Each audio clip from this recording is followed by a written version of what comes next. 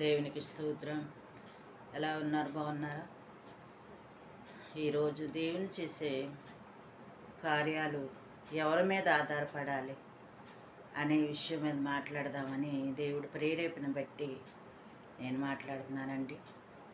ఎందుకంటే మనం పుట్టిన కాడి నుంచి కూడా మనం తల్లిదండ్రుల మీద ఆధారపడతాం. మన అమ్మ మీద, నాన్న మీద ఆధారపడి మనకి ఏది కావాలన్నా కానీ వాళ్ళనే అడుగుతూ ఉంటాం. అమ్మ నాకు అది కావాలి, నాన్నగారు ఇది మాకు కావాలని తల్లిదండ్రులను అడుగుతూ ఉంటాం. కానీ ఇస్తూ ఉంటారు, ఎందుకంటే వాళ్ళు ఇచ్చేవాళ్ళు కాబట్టి మనకి ఏదొచ్చినా వారి మీద ఆధారపడి ప్రతిదీ కూడా అడుగుతూ ఉంటామండి. అది అయిపోయాక పెద్ద ఎదిగేదాకా అలాగా, మళ్ళీ పెద్ద ఎదిగాక వివాహం అయ్యాక భర్త మీద, అప్పుడు భర్త మీద ఆధారపడుతూ ఉంటాం.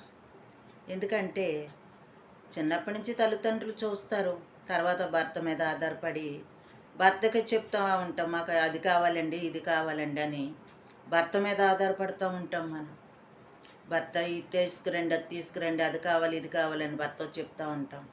చిన్నప్పుడు తల్లిదండ్రులు ఆధారపడతాము, పెద్ద ఎదిగాక పెళ్ళయ్యాక భర్త మీద ఆధారపడతాం. అలాగా ఏది చేసినా కానీ దేవుని మాత్రం మనం జ్ఞాపకం చేసుకోం. ఎందుకంటే మనకు వాళ్ళు ఉన్నారు కదా, వాళ్ళు ఇస్తారు కదా, మనం అడుగుతున్నాం కదా, మనకు అన్నీ చూసేవాళ్ళు వాళ్ళే అని మనం అనుకుంటూ ఉంటామండి. మంచిదే, ఆధారపడవచ్చు, కాదంటలేదు. కానీ పెళ్ళి అయ్యింది, భర్త మీద ఆధారపడి మళ్ళీ బిడ్డలు పుడతారు. బిడ్డలు పుట్టాక మన పెద్ద వయసు వచ్చేస్తుంది, మళ్ళీ బిడ్డల మీద ఆధారపడాలి. మనం బిడ్డల మీద ఆధారపడి నా కొడుకు ఏం పంపుతాడో లేకపోతే నా కూతురు ఏమిస్తుందో అని మళ్ళీ మనం బిడ్డల మీద ఆధారపడాలి. బిడ్డలకు చెప్తూ ఉంటాం, మాకు ఇది లేదు బాబా అది లేదని చెప్తూ ఉంటాం పిల్లలకి. చూసారా, మానవ జీవితం ఎలాగుందంటే ఎవరో ఒకరి మీద ఆధారపడే జీవితం అన్నట్టే ఉంటుంది పరిస్థితి.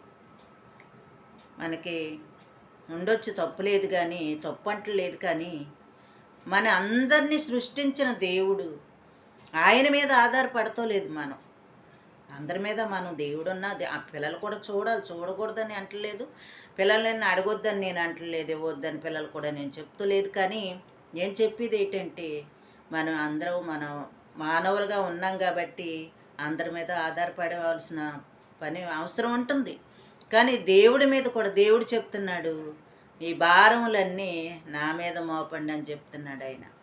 ప్రతి విషయంలో కూడా దేవుని మీద ఆధారపడితే నిజంగా దేవుడు తీర్చే దేవుడు అయి ఉన్నాడండి మన పట్ల. అనుకుంటారు మేము చూడకపోతే ఎలా బతుకుతుంది ఏంటని అనుకోవచ్చు ఇలా, కానీ చూసినా చాలామంది అలాగే చేస్తున్నారు కదండి. తల్లిదండ్రులను చూస్తలేదు, అనాథాశ్రయంలో జాయిన్ చేస్తూ ఉన్నారు బిడ్డలని, చూస్తలేదు, తల్లిదండ్రులను చూస్తలేదు బిడ్డలు. కొంతమంది మంచోళ్ళు ఉన్నారు, చూస్తున్నారు తల్లిదండ్రులకి. నా పిల్లలు కూడా, నా కొడుకు కూడా డబ్బులు పంపుతాడు, ఆడపిల్లలు కూడా ఇస్తూ ఉంటారు. ఎందుకంటే నేను చెప్పేది దేవుడి మీద ఆధారపడితే మనం దేవుడు అన్నీ కూడా, మనం దేవుని ప్రార్థిస్తే వాళ్ళకు కూడా ఇచ్చేందుకు మనసు కలిగింతాడు దేవుడు. నేను చెప్పబోయేది మనం దేవుడి మీద ఆధారపడాలి. దేవుని ముందు పెడితే దేవుడు ఎటువంటి కట్టుకు హృదయాలనన్నా కరగజేసి దేవుడు ఇప్పించే దేవుడు అయి ఉన్నాడండి. నిజంగా ఎంతోమంది అనాథులు, ఎంతోమంది ఇలా ఉన్నారంటే నిజంగా మరి వాళ్ళని దేవుడు పోషిస్తున్నాడు కదండి. ఏదో రకంగా దారిపోయే వాళ్ళకన్నా దయ కలిగింతున్నాడు ఆయన. కలిగించి వాళ్ళకి ఏదోటి ఇవ్వాలని కనీసం మంచినీళ్ళు బాటిల్ అన్నా ఇస్తూ ఉన్నారు, ఏదోటి తినేది పెడతా ఉన్నారు. ఇంకా మన దేశంలో ఇటువంటి మంచి మనుషులు ఉండబట్టే ఇలా జరుగుతూ ఉందండి. నిజంగా దేవుడు కూడా వాళ్ళకి మంచి హృదయం కలగజేయబట్టే కదా. కఠిన హృదయం పరిస్తే మనం ఏమి చేయలేం, వాళ్ళు ఏమి ఇవ్వరు ఇంకా కఠిన పరిస్తే. కానీ దేవుడు చెప్తున్నాడు, మీరు నా మీద మీ భారమంతా నా మీద మోపండి, అవన్నీ కూడా నేను తీరుస్తానని చెప్తున్నాడు. ఎందుకంటే మరి చిన్నప్పటి నుంచి ఎవరో ఒకరి మీద ఆధారపడి తల్లిదండ్రుల మీద, భర్త మీద, బిడ్డల మీద అలాగ ఆధారపడుతూనే ఉంటున్నాం మనం.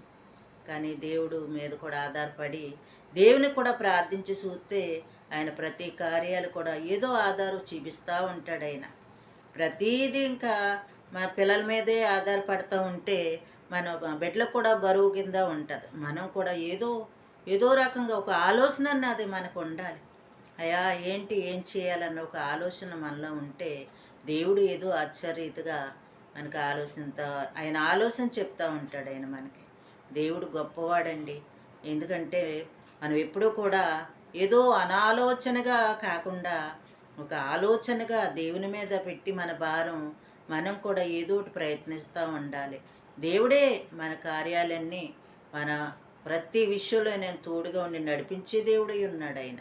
మన పట్ల ఎంతో ఆయన మనల్ని పుట్టించిన దేవుడు అంటారు కదా, నా రోజునోడు నీలో వేయడా అని అంటారు కదా. మనం పుట్టించిన దేవుడు మనల్ని పోషించే దేవుడై ఉన్నాడు.